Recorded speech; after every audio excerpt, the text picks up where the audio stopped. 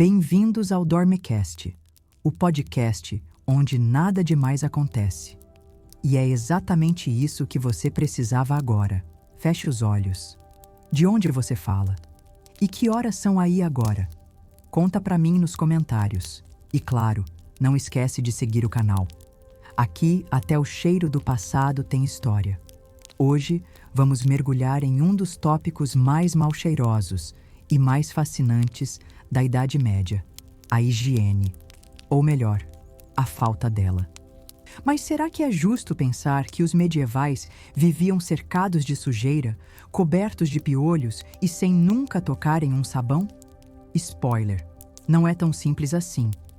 Prepare-se para ouvir sobre banhos que eram vistos como perigosos, sobre feiras onde as escovas de dentes eram vendidas ao lado de amuletos contra demônios, e sobre o misterioso mundo das latrinas públicas e privadas. Você vai descobrir como os reis limpavam suas partes íntimas, como as damas cuidavam de seus cabelos e por que as cidades medievais fediam tanto. Vai também entender o que o cheiro dizia sobre o caráter, por que tomar banho demais era sinal de libertinagem e como as pessoas tentavam mascarar o fedor com óleos, flores ou simplesmente ignorando o problema. Acredite, depois deste episódio, você nunca mais vai olhar para o seu sabonete da mesma forma. Imagine o cenário: uma vila medieval cercada por uma paliçada de madeira, com casinhas de pedra, telhados de palha e chaminés soltando fumaça constante. As ruas são de terra batida, cortadas por pequenos córregos que carregam não apenas a água da chuva, mas também dejetos humanos, sangue de açougue e restos de peixe. Sim, a Idade Média era úmida, densa e, frequentemente, insuportável ao olfato. Mas antes que você torça o nariz e se sinta tentado a julgar, lembre-se, o conceito de higiene que temos hoje é um produto da modernidade, de invenções científicas e da propaganda do século XX. Para os medievais, limpeza não era apenas questão de sabão e água. Era uma ideia moral, simbólica e até espiritual. Na mentalidade medieval, estar limpo significava estar em ordem, em comunhão com Deus, em equilíbrio com os humores do corpo. E esse equilíbrio nem sempre incluía banhos frequentes. Muito pelo contrário, tomar banho demais podia ser perigoso. Isso mesmo, perigoso. Os tratados médicos da época alertavam que abrir os poros com água quente tornava o corpo vulnerável. Vulnerável a miasmas, vapores invisíveis considerados portadores de doenças. Um corpo lavado, portanto, era um corpo exposto, frágil e até mesmo promíscuo, já que o calor da água podia estimular desejos incontroláveis. Assim, os médicos recomendavam banhos em momentos muito específicos e com parcimônia. O ideal era evitar a imersão completa. Preferia-se lavar partes do corpo com panos úmidos, usando infusões de ervas como lavanda, alecrim e tomilho. Um pano limpo era mais seguro que uma banheira. As casas de banho públicas, ainda assim, floresciam. Presentes em muitas cidades europeias, especialmente no início da Idade Média, eram espaços compartilhados entre homens e mulheres, com cortinas improvisadas, água aquecida a lenha e muito calor humano. E aqui vale um parêntese picante. Muitas dessas casas de banho serviam também como locais de encontros românticos, consentidos ou não. A linha entre banho e prazer era tênue, e isso não agradava à igreja. Aos poucos, esses espaços passaram a ser vistos com suspeita, e com o avanço da peste e de outras doenças, foram sendo fechados, um a um. Mas se as casas de banho desapareciam, o suor persistia. Os trabalhadores braçais, camponeses, artesãos, pescadores, raramente tinham acesso à água corrente. Seus banhos aconteciam nos rios, quando o tempo permitia, ou em grandes bacias, onde toda a família se revezava.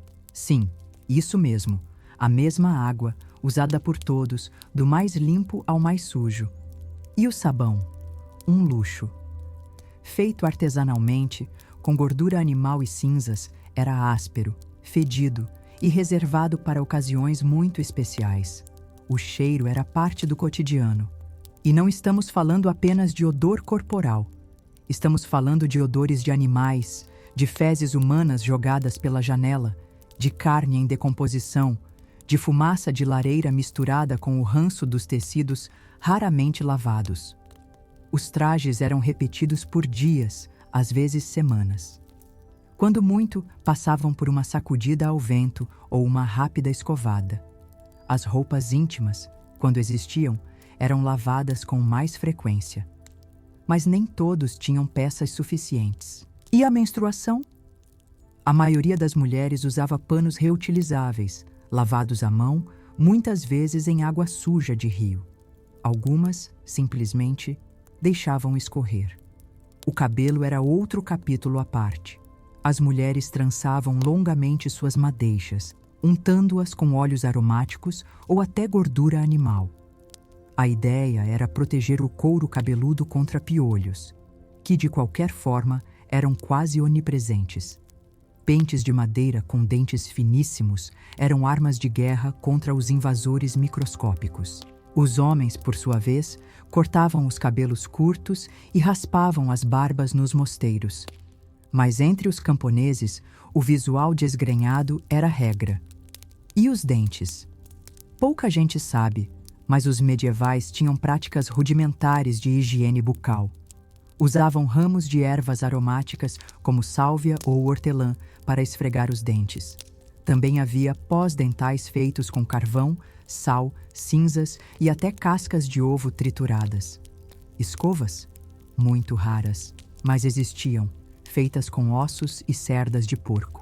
Ainda assim, muitos mantinham os dentes razoavelmente saudáveis até a velhice. Sabe por quê? Porque açúcar era raro. O açúcar, esse vilão moderno dos dentes, era caríssimo. Só os nobres podiam consumir em grandes quantidades. O povo vivia de grãos, vegetais, carne salgada. O maior problema dental não era a cárie, era o tártaro. E quando a dor vinha, restava apenas uma solução: arrancar. Os barbeiros cirurgiões faziam esse trabalho. Entre um corte de cabelo e outro, puxavam dentes com instrumentos de ferro, sem anestesia, com gritos, com sangue e com aplausos. Afinal, tirar a dor era um milagre. A urina era analisada para diagnosticar doenças. Os médicos medievais levavam frascos de vidro, examinavam cor, cheiro e até sabor. Sim, você leu certo. Alguns provavam, porque cada fluido do corpo dizia algo sobre sua alma. Era uma medicina poética e, para nossos padrões, absolutamente insalubre. Mas não se engane, havia ordem no caos. Os castelos tinham latrinas engenhosas, com buracos que levavam os excrementos para fossas externas. As abadias criavam canais de água para a lavagem. E até leis sanitárias surgiram nas cidades maiores. Proibição de jogar lixo nas ruas, regras para açougues, limites para os curtumes. O problema era fazer cumprir, e com isso seguimos. A Idade Média era, sim, suja aos nossos olhos, mas para eles era apenas normal. Se você está achando tudo isso nojento, segura mais um pouco. Porque o verdadeiro inferno medieval não era o campo aberto, mas sim a cidade murada. As grandes cidades medievais, como Londres, Paris, Florença, Praga, eram labirintos apertados, onde o espaço era caro, os porcos circulavam livremente e o esgoto não existia. Imagine ruas estreitas, onde as casas tinham andares superiores que quase se tocavam. O sol mal entrava. E no chão, o que se acumulava era uma mistura pastosa de lama, fezes de animais, lixo de cozinha, urina humana e carcaças. É nesse caldo que se caminhava. As pessoas usavam tamancos de madeira com solas altas para proteger os pés. Mas isso não impedia que os odores se infiltrassem. Era um mundo aromático em excesso: cebolas, mofo, incenso, suor, urina, cerveja azeda, queijo podre, perfume de rosa. e ainda havia os mortos. Nas epidemias, os cadáveres eram tantos que não havia espaço ou tempo para enterros adequados. As valas comuns, apressadas e rasas, somavam mais um cheiro ao coquetel infernal do cotidiano urbano. Por tudo isso, a água limpa era um luxo. Os poços podiam ser contaminados facilmente. Os rios eram poluídos por curtumes, que despejavam sangue e produtos químicos diretamente na corrente. Alguns lugares até tinham fontes públicas, mas a fila era longa e o acesso limitado. E é nesse contexto que surgem as regras de limpeza urbana. Algumas cidades contrataram varredores, outras criaram multas para quem jogasse lixo pela janela. Em certos lugares, havia até fiscais, os precursores dos agentes sanitários, que inspecionavam as ruas. Mas era difícil vencer a batalha contra o costume. Jogar os dejetos pela janela era tão natural quanto respirar. Havia, inclusive, regras de etiqueta. Deveria-se gritar antes de despejar o balde, um educado "atenção abaixo", para que os pedestres tivessem tempo de correr. E mesmo entre os nobres, as coisas não eram muito diferentes. Os castelos, embora imponentes, não cheiravam bem. Os banheiros eram compartimentos estreitos com um buraco direto na parede externa ou numa fossa. Papel higiênico? Nem sonhar. Usava-se palha, musgo, trapos velhos ou nada. Alguns reis e rainhas usavam panos de linho lavados, perfumados com óleos, mas era raro e custoso. O mais comum era a improvisação. Agora, talvez você esteja se perguntando: como as pessoas não adoeciam o tempo todo? Bem, elas adoeciam. Doenças infecciosas, parasitas intestinais, verminoses, infecções urinárias, problemas respiratórios. Tudo era comum, mas também era comum sobreviver. O corpo humano, adaptável como é, desenvolveu resistências. As crianças que sobreviviam à infância tinham chances razoáveis de chegar à velhice. As mulheres, no entanto, enfrentavam desafios maiores. O parto era perigoso. A falta de higiene contribuía para infecções, febres pós-parto, hemorragias. As parteiras usavam instrumentos não esterilizados e o risco de contaminação era altíssimo. Ainda assim, havia sabedoria. Sabedoria empírica, passada entre gerações. As mulheres sabiam ferver panos, usar ervas cicatrizantes, reconhecer sinais de infecção. Era um conhecimento invisível, mas essencial. E mesmo nos conventos, onde a castidade era lei, os cuidados com o corpo eram rigorosos. As freiras lavavam os pés regularmente, cuidavam das mãos, usavam perfumes feitos com flores do claustro. O cheiro era, para elas, sinal de pureza. Um corpo limpo era um corpo próximo de Deus. Os monges também tinham suas regras. A regra de São Bento exigia banhos periódicos, corte de unhas, troca de roupa. Claro, tudo dentro da moderação. A vaidade era pecado, mas a sujeira extrema era desleixo. E os viajantes? Caminhantes, peregrinos, mercadores. Todos precisavam lidar com a sujeira das estradas. Dormia-se em estalagens lotadas, onde pulgas e percevejos eram garantidos. A cama era compartilhada, a comida improvisada e os banhos raros. Muitos levavam consigo frascos com vinagre aromático, um tipo de desinfetante medieval. O vinagre era usado para limpar feridas, lavar as mãos, purificar o ar. Havia também os pomanders, pequenas esferas perfumadas com ervas e resinas penduradas no pescoço ou no cinto, para espantar os maus cheiros e os maus espíritos. Afinal, na lógica da época, o cheiro e o pecado andavam juntos. Um cheiro ruim podia ser sinal de corrupção espiritual, um corpo perfumado, de virtude. E é aí que entra o papel da Igreja. O discurso religioso influenciava profundamente os hábitos de higiene.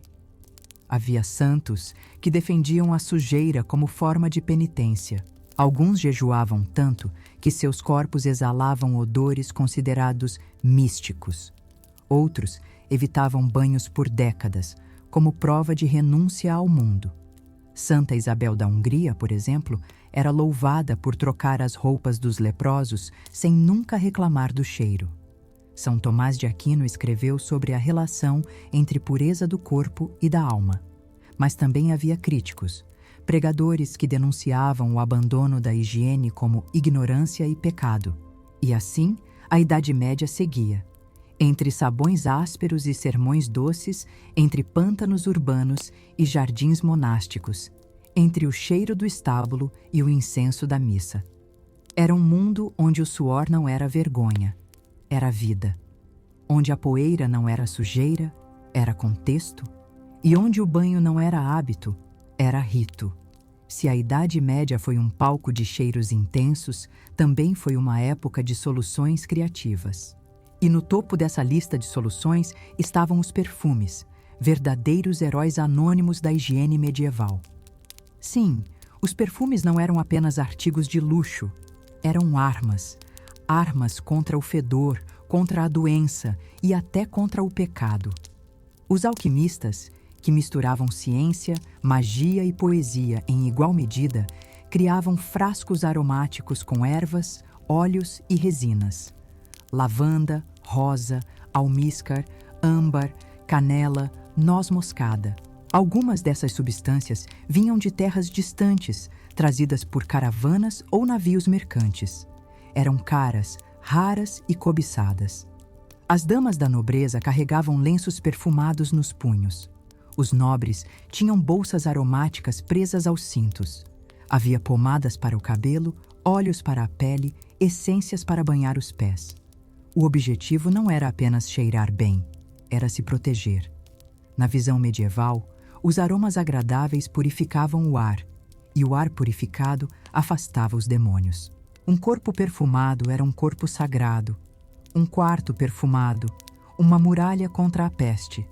Durante as epidemias, inclusive, as máscaras dos médicos da peste eram recheadas com ervas e especiarias. Aquela forma de bico estranho, semelhante a um pássaro, servia como filtro aromático.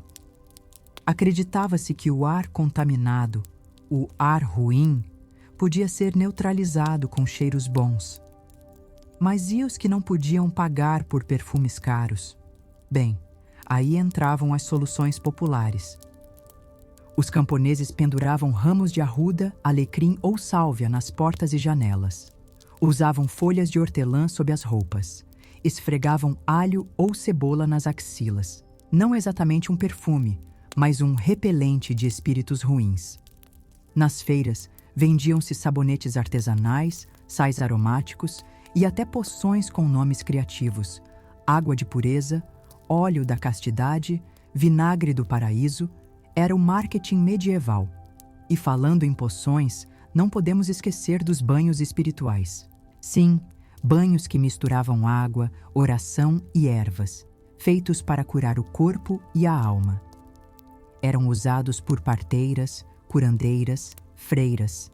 Às vezes, banhos de assento com camomila para aliviar cólicas menstruais. Outras vezes, banhos completos, em silêncio, à luz de velas, com invocações a santos protetores. Havia ainda os jejuns higiênicos. A crença de que jejuar purificava o sangue, limpava os órgãos, refrescava o hálito. Alguns monges passavam dias só com pão e água, acreditando que isso os tornava mais leves, física e espiritualmente. Mas nem todos seguiam esses preceitos. Nas tavernas, nos bordéis, nos mercados, a sujeira era cotidiana. Comer com as mãos, dividir copos, cuspir no chão, tudo fazia parte da cultura popular. E nesse mundo sem sabão, os corpos se misturavam. Nas festas medievais, por exemplo, a comida era farta, o vinho abundante e o contato inevitável. Dançava-se em roda, trocavam-se beijos na boca, dividiam-se pães arrancados à mão. E ninguém via nisso falta de higiene. Era comunhão. Era alegria. A etiqueta da corte tentava impor limites. Lavem as mãos antes das refeições, não coce o nariz à mesa, não solte gases na presença do rei. Mas essas normas eram mais recomendadas do que obedecidas. E mesmo nas cortes, os escândalos higiênicos se multiplicavam. Um cronista do século XIV narra que certa rainha tinha tanto medo de banho que passou 7 anos sem se lavar completamente. Outro relato fala de um cavaleiro que usava as mesmas meias durante meses, até que elas grudavam na pele. E havia até concursos de piolhos, onde o vencedor era quem pegava o maior. Por mais que hoje isso nos pareça absurdo, havia uma lógica interna. A sujeira não era sempre vista como ameaça. Em muitos casos, era prova de resistência. Um corpo sujo era um corpo que trabalhava, que lutava, que sobrevivia. Os pobres usavam a poeira como manto. Os soldados voltavam cobertos de lama e sangue. E os santos? Os santos abraçavam a sujeira como penitência. Santo Aleixo dormia entre os trapos, São Francisco beijava os leprosos, Santa Catarina se recusava a lavar os pés. Era uma espiritualidade encardida, mas profundamente humana. E com isso, chegamos a um ponto essencial. A higiene medieval não era ausência de cuidado, era outra forma de cuidado. Uma forma moldada por crenças, recursos limitados e contextos extremos. As pessoas faziam o que podiam, com o que tinham, e às vezes faziam até demais. Esfregavam cebola nos dentes, dormiam com saquinhos de carvão no travesseiro, usavam fezes de animais como remédio para a pele. Sim, isso também existia. Mas havia beleza, nos banhos com flores, nos panos bordados com óleo de rosa, nos cabelos trançados com fitas aromáticas, na água quente da panela, fervida com hortelã, na escova feita de crina de cavalo, no cuidado entre irmãs, na ternura da parteira, no silêncio dos rituais, porque mesmo na Idade Média havia quem soubesse que o toque, o cheiro e a água morna podem curar feridas invisíveis.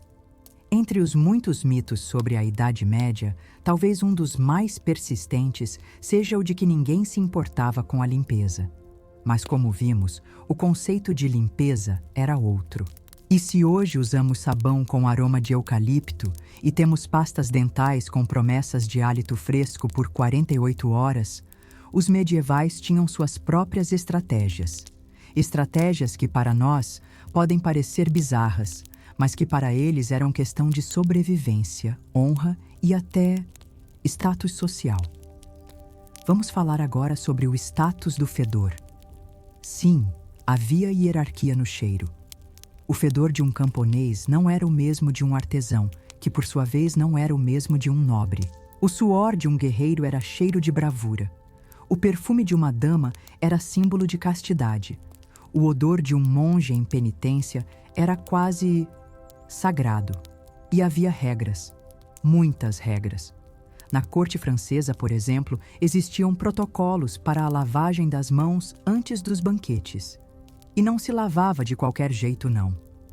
Um pajem derramava água aromatizada em uma bacia de prata, enquanto outro segurava uma toalha bordada. Era um ritual. Os banquetes começavam com essa purificação. As mãos eram o principal instrumento de comer, afinal. Garfos?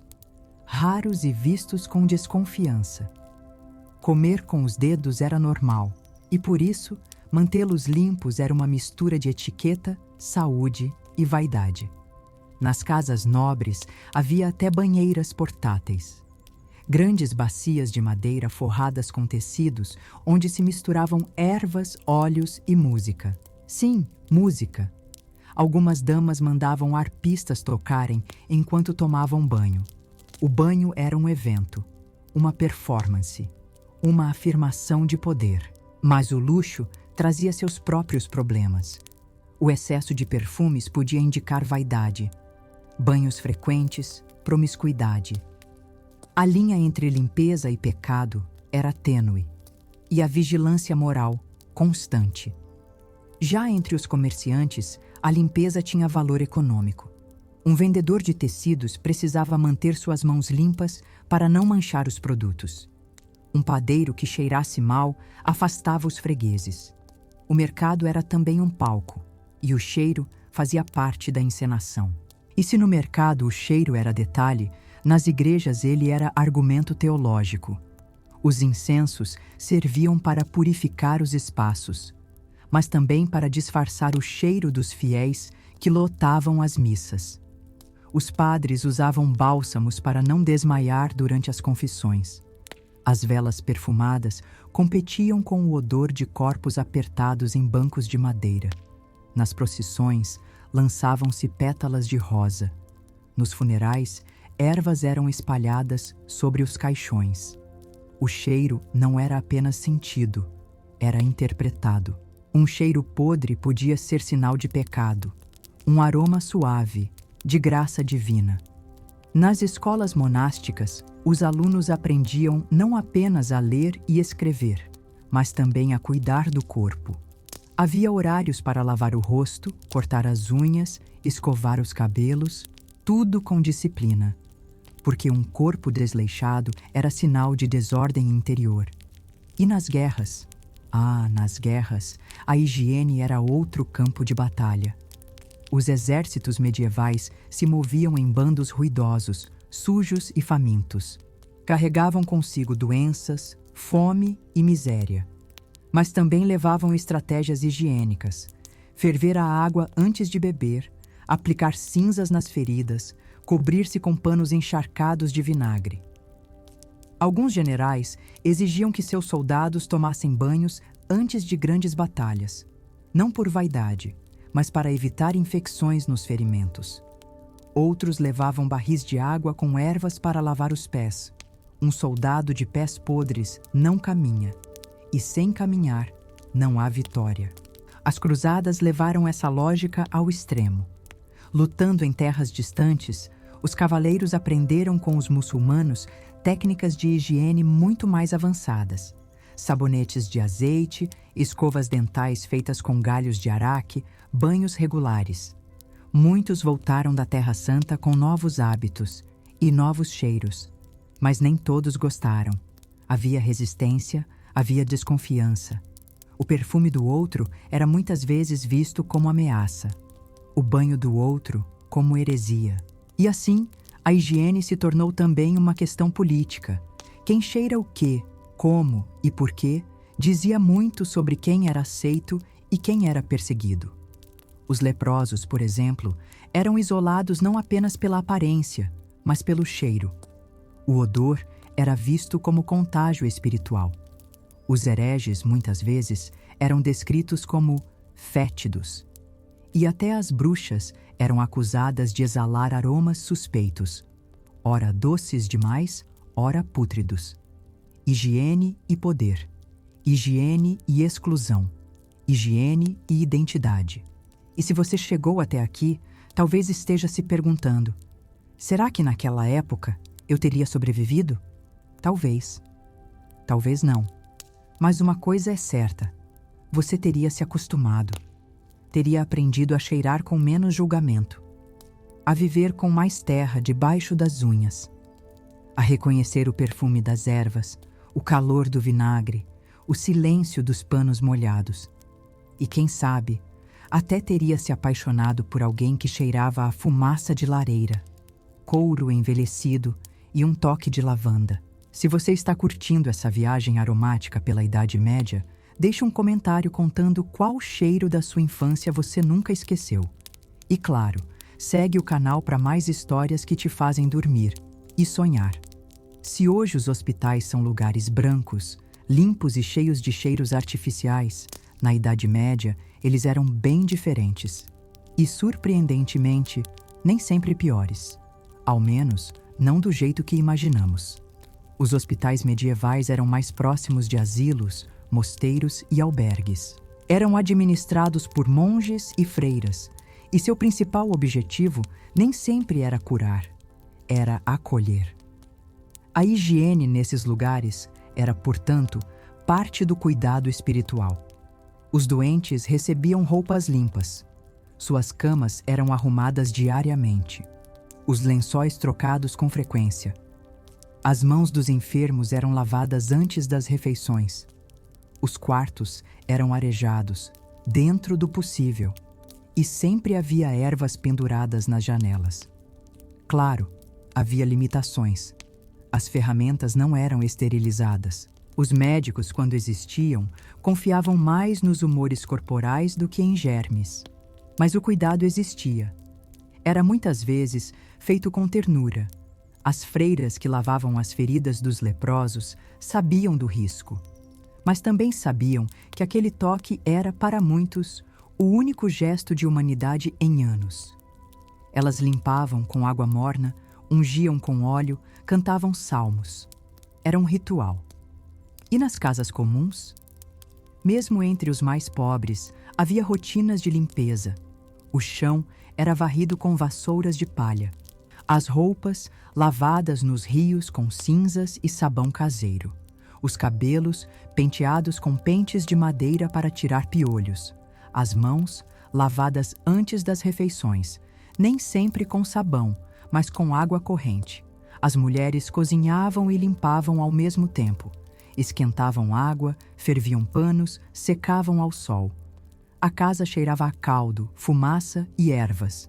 Não era limpeza estéril, era limpeza de presença, e havia superstições.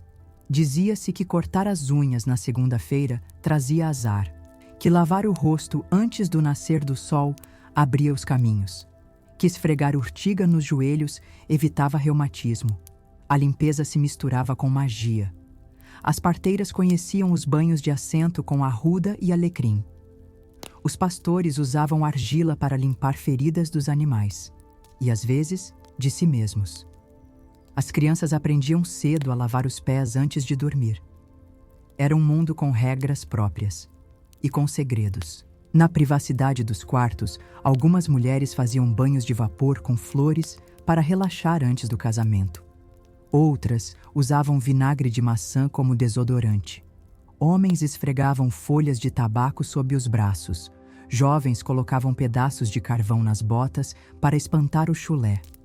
Cada aldeia tinha suas receitas. Cada família, seus costumes. E quando não havia água, havia poeira. Poeira que secava o suor. Poeira que disfarçava o cheiro. Poeira que era, paradoxalmente, forma de limpeza. Nas cortes surgiam modas, perucas empoadas, perfumes exóticos, sabonetes de Marsella. Mas mesmo os nobres, em dias de viagem, usavam truques simples: panos com hortelã, bolsas com lavanda, vinagre nos pulsos. A sofisticação não anulava a necessidade prática. E falando em sofisticação, havia os banhos públicos. Sim, casas de banho coletivas eram comuns. Eram espaços onde homens e mulheres, às vezes juntos, se banhavam, conversavam, tratavam feridas, descansavam. Algumas casas de banho ofereciam música, comida e até massagens. Mas nem tudo era virtude. Com o tempo, muitas casas de banho viraram locais de encontros ilícitos. Prostitutas se misturavam aos banhistas. A igreja passou a condenar esses espaços e, com o medo da peste, muitos foram fechados. Ainda assim, o banho resistiu. Em vilas, em rios, em bacias.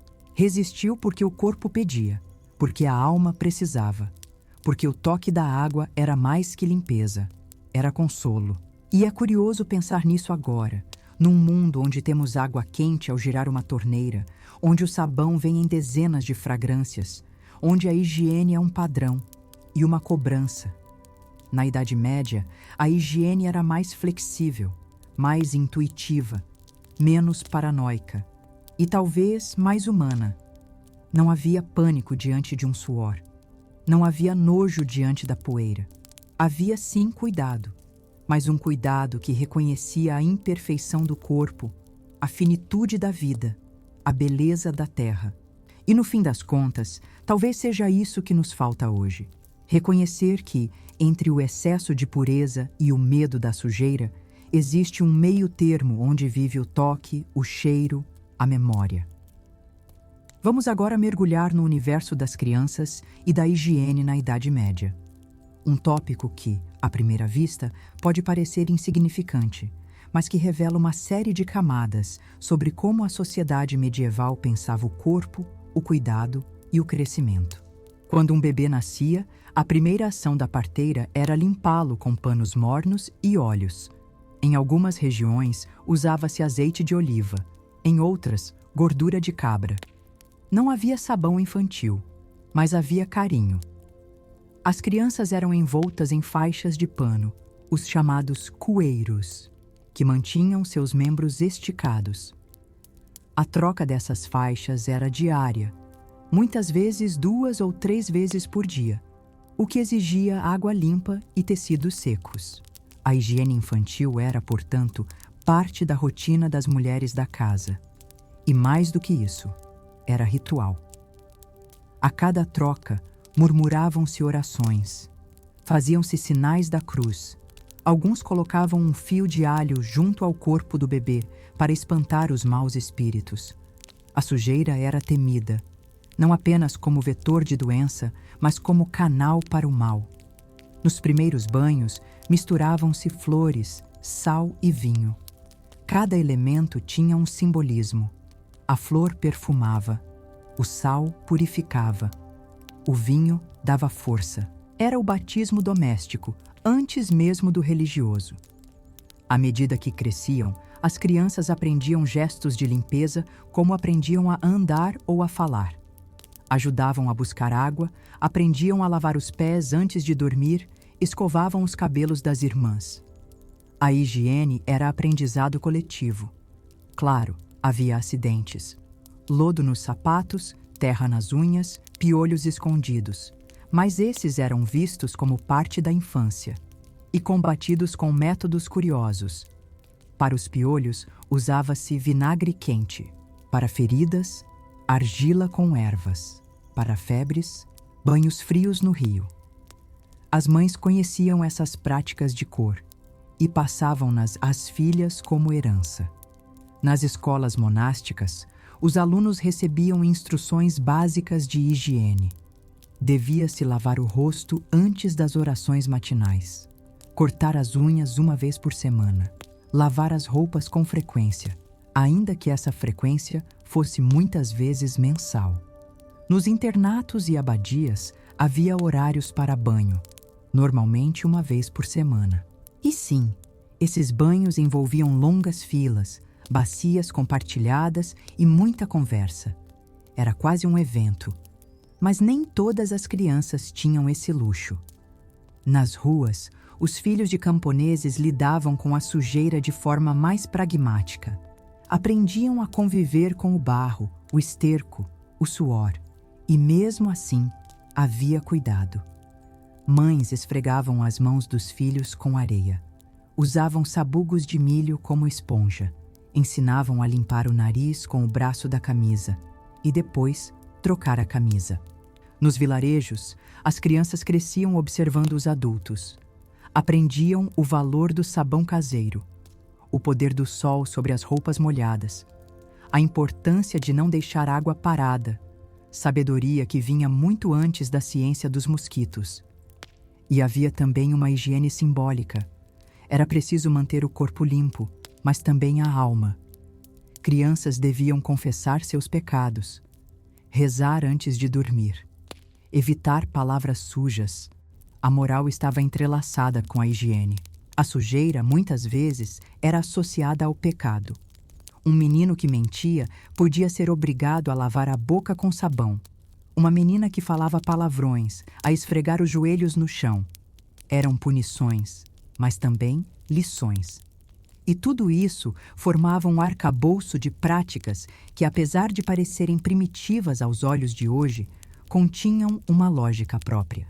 Uma lógica feita de observação, de afeto e de fé. Na ausência de antibióticos, de fraldas descartáveis, de sabonetes infantis, o que havia era engenhosidade e persistência. Os pais queriam proteger seus filhos, queriam vê-los crescer fortes, e faziam isso com os recursos que tinham: água, fogo, ervas e muito amor. E talvez isso seja o mais fascinante. perceber que, mesmo entre tantos mitos sobre a Idade Média, da sujeira, da ignorância, da brutalidade, havia sempre um cuidado silencioso, um gesto cotidiano. Um banho preparado com mãos trêmulas, um cabelo penteado com dedos cansados. A higiene infantil na Idade Média era um pacto entre gerações. Um fio invisível que ligava avós, mães e netos. E esse fio, mesmo em tempos difíceis, nunca se rompeu. Se hoje o banho é um momento íntimo, privado e muitas vezes solitário, na Idade Média ele podia ser um evento coletivo, social, ritualístico e até erótico. E para entender isso, precisamos falar das casas de banho públicas. Espalhadas por vilarejos, cidades e centros comerciais, essas casas funcionavam como banhos termais, saunas e, não raramente, centros de fofoca e encontros. Havia salas de vapor, banheiras comunitárias, zonas para massagens, cortes de cabelo e até pequenas lanchonetes com vinho e pães doces. Os frequentadores se despiam em salas separadas por sexo, quando havia essa separação. Em muitos lugares, homens e mulheres se banhavam juntos. Isso gerava polêmica, claro, e a igreja fez de tudo para conter essa prática. Mas a popularidade era difícil de combater. Havia regras de etiqueta: não olhar fixamente para os outros, não tocar sem permissão, não urinar na água. Ainda assim, incidentes aconteciam e as fofocas voavam. Os banhos eram pagos, mas acessíveis. Camponeses juntavam moedas para um banho mensal. Artesãos se organizavam em grupos para descontos. Nobres, por sua vez, exigiam salas privadas, com música, aromas e criados. Nas maiores casas de banho, os aromas dominavam o ambiente: lavanda, alecrim, rosa, cânfora. As águas eram infundidas com ervas e flores. E os atendentes, muitas vezes mulheres jovens, massageavam os corpos com óleos quentes. Essa sensualidade não passou despercebida pela igreja, que via nas casas de banho um convite ao pecado. Sermões eram proferidos, panfletos circulavam e, em tempos de peste, muitos estabelecimentos foram fechados sob a justificativa de transmissão de males invisíveis. Mas a verdade é que o fechamento teve mais a ver com moralidade do que com saúde. Havia um medo crescente de que o corpo limpo se tornasse corpo desejado. E o desejo, como sabemos, era considerado perigoso. Assim, o banho passou a ser visto com suspeita. Alguns religiosos mais radicais afirmavam que a água amolecia a vontade, tornava a carne mais fraca, mais sensível ao toque. Outros diziam que os santos evitavam banhos para não cair na tentação da vaidade. Ainda assim, o banho persistiu, escondido, reinventado, mas nunca extinto. Muitas famílias passaram a fazer banhos caseiros, em barris ou bacias. Criou-se o hábito de ferver água com ervas e derramar sobre o corpo em silêncio. Era um momento de introspecção, de cuidado, e essa mudança também afetou a arquitetura das casas. Muitas passaram a ter cantos reservados para os banhos. Não banheiros como conhecemos, mas áreas com pisos de pedra, baldes, bancos de madeira. Era um espaço sagrado. Nas ordens religiosas, o banho também era reformulado. Monges se banhavam em datas específicas, não por prazer, mas por purificação. Algumas ordens determinavam 2 banhos por ano, outras, 1 por estação. E entre os mais místicos surgiram os banhos penitenciais, banhos frios, em silêncio, com orações murmuradas. Às vezes, em rios gelados, outras, com vinagre diluído. O objetivo era limpar a alma, mais do que o corpo. Na literatura da época, o banho também aparece com frequência. Heroínas se preparam para encontros com longos banhos. Cavaleiros feridos são curados em águas perfumadas. Fadas oferecem banhos mágicos para transformar destinos. E nas histórias populares, o banho é metáfora. Banhar-se é mudar, é nascer de novo, é deixar para trás a dor. Em tempos de peste, o banho assumia um papel ambíguo. Alguns médicos recomendavam lavagens com vinagre. Outros diziam que abrir os poros com água quente era arriscado, pois permitia a entrada dos ares malignos. Muitas pessoas passaram a se banhar menos, outras mais. Usavam cipós, perfumes, vinagres, roupas eram trocadas com frequência. Mas o banho completo, com imersão, passou a ser evitado. E assim, os hábitos mudaram. No campo, o banho seguiu simples, em rios, lagos, barris. As mulheres banhavam os filhos ao luar, cantando canções antigas. Os homens se lavavam após o trabalho, com panos úmidos. Era uma rotina sem pressa. Na cidade, criou-se o banho parcial. Lavar as mãos, o rosto, os pés, as partes consideradas mais expostas. O restante era cuidado com panos úmidos, essências e trocas frequentes de roupa. E esse hábito persistiu por séculos. Mesmo depois da Idade Média, o banho completo só voltou a ser comum com os avanços da medicina, da engenharia e da moral moderna. Mas mesmo sem imersões frequentes, havia limpeza, havia rituais, havia intenção. E essa intenção, esse desejo de cuidado, de bem-estar, de beleza, é o que conecta aqueles banhos medievais aos nossos. O corpo, afinal, continua sendo o mesmo, vulnerável, perecível, sedento por água. Quando falamos em higiene na Idade Média, é fácil cair no erro de pensar que tudo era sujo, descuidado ou grotesco. Mas existe uma camada simbólica, quase invisível, que permeava todos esses hábitos, a higiene espiritual. Essa forma de limpeza não usava água nem sabão, mas confissão, jejum, oração. O corpo era visto como um reflexo da alma, e manter-se puro significava mais do que estar limpo. Significava estar em paz com Deus. A confissão era um ritual de purificação. Ao revelar os pecados ao padre, o fiel acreditava estar limpando-se por dentro. Era como remover uma crosta, arrancar a poeira acumulada da alma. E essa metáfora não era apenas literária, era sentida no corpo.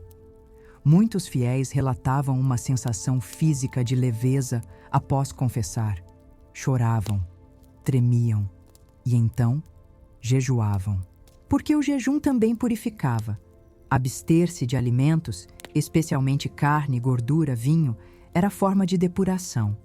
Alguns jejuavam por dias, outros por semanas.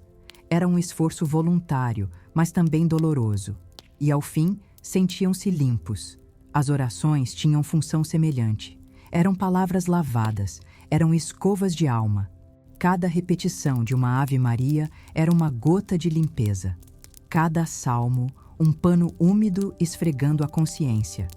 E havia, claro, a penitência corporal.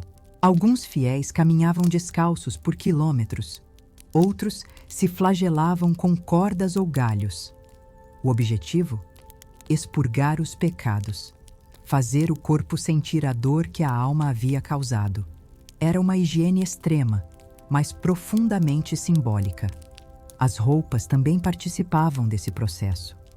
Vestir-se de branco nas festas religiosas simbolizava pureza. Usar trapos nas penitências, humildade.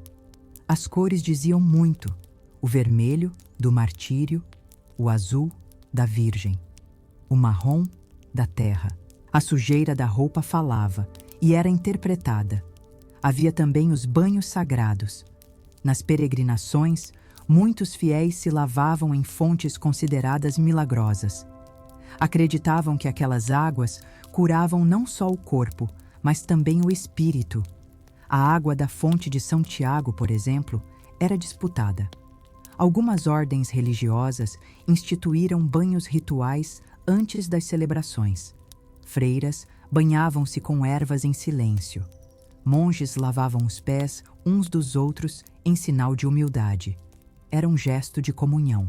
Até os mortos recebiam esse cuidado. Os corpos eram lavados antes do sepultamento, envolvidos em panos limpos, perfumados com ervas. Havia quem dissesse que um cadáver mal cheiroso era sinal de alma penada. Por isso, o cuidado era máximo. E os santos? Ah, os santos eram o ápice da higiene espiritual. Muitos deles viviam em condições extremas de sujeira física, mas eram considerados puros. Isso porque haviam purificado tudo por dentro. Suportavam o fedor, as feridas, os piolhos e ainda assim exalavam graça. Santa Catarina de Siena recusava banhos. Dizia que sua alma era mais importante. São Francisco beijava leprosos, limpava suas feridas com as próprias mãos. Era um gesto de amor e de transgressão. Porque a verdadeira limpeza, diziam eles, não vinha da água, vinha do amor. E aqui entra a contradição mais bela da Idade Média. A ideia de que se pode ser sujo por fora e puro por dentro. E também o oposto, estar perfumado e ainda assim podre de orgulho. Essa visão nos obriga a repensar nossos próprios hábitos. Será que estamos realmente limpos? Ou apenas cheirosos? Será que o banho diário nos purifica? Ou apenas nos mascara? E se a resposta não estiver no sabão, mas no silêncio? Não no perfume, mas no perdão? A Idade Média, com todas as suas contradições, nos lembra disso. Que a sujeira não é só física. Que a limpeza não é só visual. Que às vezes é preciso lavar a alma. E você? Qual foi a última vez que tomou de um banho de alma? Comenta aqui embaixo. E segue o canal para mais mergulhos profundos na história que ninguém te contou. E agora chegamos a um dos espaços mais curiosos da higiene medieval, o campo de batalha. Sim, havia higiene até na guerra. Ou melhor, havia tentativas de controle do caos, porque a guerra, por definição, era suja. Sangue, suor, fezes, lama, gritos. Mas em meio a esse turbilhão, havia homens tentando manter alguma ordem corporal. Os soldados, principalmente os de ordens religiosas como os templários e hospitalários, tinham regras rígidas de limpeza.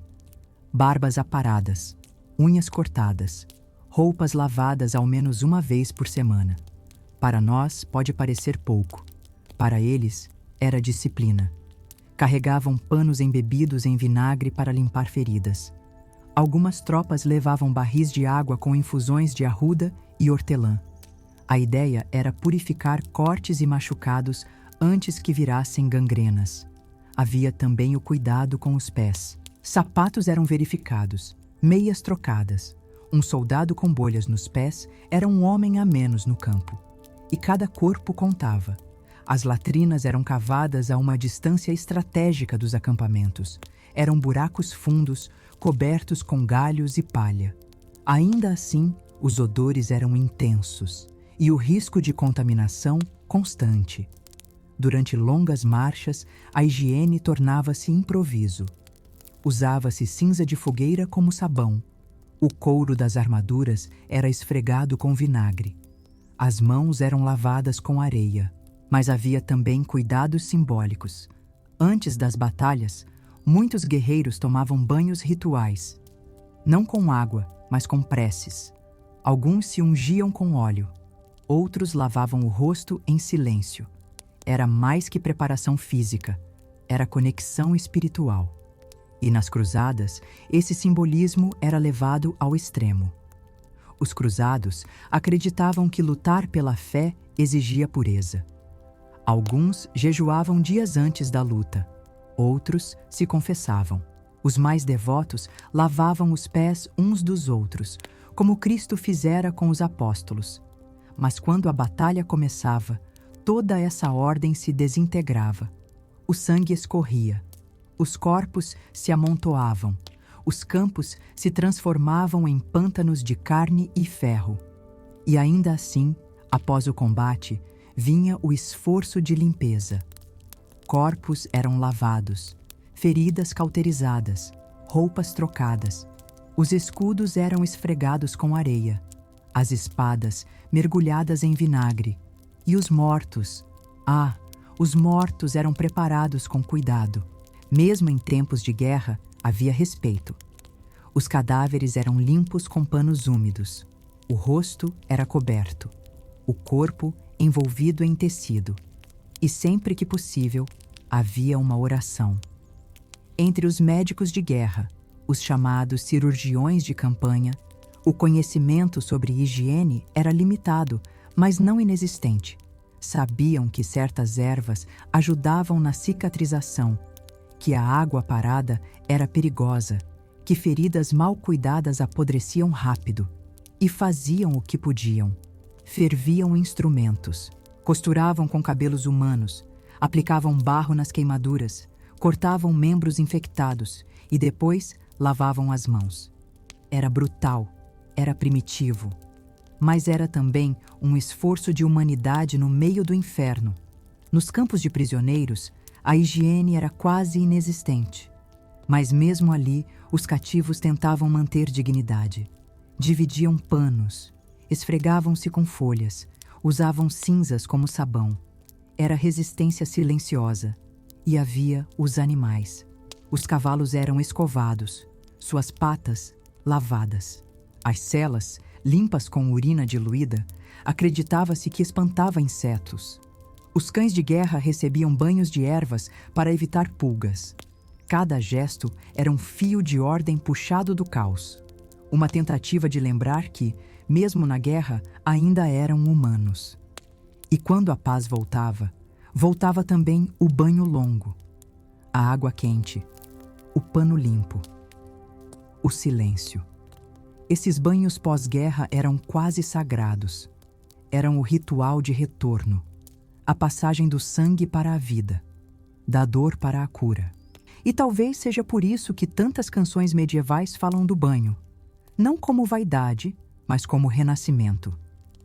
A essa altura, talvez você esteja se perguntando, mas afinal, o que era considerado limpo na Idade Média? Porque se há algo que aprendemos com essa jornada pelas latrinas, banhos públicos, sabugos, vinagres e penitências, é que a higiene é uma construção cultural. E como toda construção, ela muda com o tempo, o lugar, a crença. Na Idade Média, estar limpo não significava estar estéril. Significava estar em harmonia com seu papel no mundo. Um camponês suado, coberto de terra, era limpo se lavava as mãos antes das refeições. Um monge com roupas puídas era limpo se mantinha o coração em oração. Uma mulher com perfume de ervas era mais respeitada que uma banhada em água sem fé. A limpeza estava nos gestos, nos hábitos, no que se fazia com intenção. E era também uma questão de classe. Os nobres se limpavam com essências raras, os pobres com cinza e sal. Mas ambos tinham suas formas, seus rituais, seus momentos de cuidado. A sujeira, por sua vez, era símbolo de desordem, de doença, de desvio. E não estamos falando só de sujeira física. Um homem que não rezava era considerado imundo. Uma mulher que não cobria os cabelos, impura. Um corpo em pecado, sujo. A alma, mais que o corpo, era o verdadeiro termômetro da limpeza. E isso moldava tudo: as casas, os casamentos, os mercados, as festas, as guerras. Havia flores nos altares e nos cabelos, banhos nos rios e nas lágrimas, cinzas nos pés e nas cabeças. O cheiro, o toque, o olhar, tudo dizia algo. Mas não pense que era um mundo homogêneo. Havia variações enormes entre regiões, entre épocas, entre crenças. O que era limpo em Paris podia ser considerado indecente em Florença. O que era aceitável em Sevilha podia chocar em Praga. Ainda assim, havia um fio condutor, a crença de que o corpo era sagrado. Mesmo sujo, era templo. Mesmo fedido, era símbolo. Mesmo imperfeito, era instrumento. E por isso, cuidar dele era dever. Um dever que atravessava os séculos, as pandemias, os sermões e as inquisições. Hoje, vivemos em um mundo obcecado por limpeza. Gel, álcool, antissépticos. tantas camadas de proteção que às vezes esquecemos do toque, do cheiro, do imperfeito. A Idade Média nos lembra disso, que a higiene pode ser poética, que o banho pode ser oração, que o sabão pode ser herança e que, no fundo, ser limpo é estar inteiro, de corpo, alma e memória. E agora que as velas já se apagaram, que os corpos estão secos e que as almas talvez um pouco mais leves, podemos enfim descansar. A Idade Média, esse período tantas vezes injustamente chamado de Era das Trevas, revela-se, sob a luz da curiosidade, como um tempo repleto de sentidos, rituais e humanidade. Um tempo em que a sujeira não era apenas sujeira e a limpeza não era só questão de sabão. Higiene, como descobrimos, era metáfora, era símbolo, era linguagem. Era a forma como as pessoas se colocavam no mundo, diante de Deus, dos outros e de si mesmas. Lavavam os pés antes das orações, esfregavam os bancos da igreja, limpavam as janelas para que a luz entrasse, não só a luz do sol, mas a da graça. E mesmo entre guerras, pestes e fezes nas ruas, havia beleza. Uma beleza que não cabia nas palavras, mas que se revelava no gesto, na água aquecida no fogão, no pano estendido ao sol, no olhar da mãe que penteava o cabelo da filha com cuidado. Talvez o maior engano que cometemos ao olhar para o passado seja julgar com os olhos de agora. Porque, afinal, quem somos nós para dizer o que é limpo ou o que é digno? A Idade Média nos convida à humildade, a lembrar que um corpo suado pode conter uma alma pura, que um frasco de vinagre pode ter mais história que uma prateleira de cosméticos, que às vezes tudo o que alguém tem para se lavar é uma prece. E se você chegou até aqui, é porque também sente isso, que há algo de sagrado na poeira, que há poesia no cheiro do passado, que dormir escutando essas histórias é uma forma de sonhar acordado. Agora me conta, qual imagem desse episódio ficou gravada na sua mente? Qual cheiro, qual cena, qual ritual? Escreve aqui nos comentários, porque quero muito saber o que tocou você. E se essa viagem pelo tempo lavou a sua alma de alguma forma, não esquece de seguir o canal, porque aqui, no Dormecast, a gente continua descobrindo que o mundo nunca foi tão estranho, tão humano e tão fascinante quanto quando fechamos os olhos. Boa noite e bons sonhos.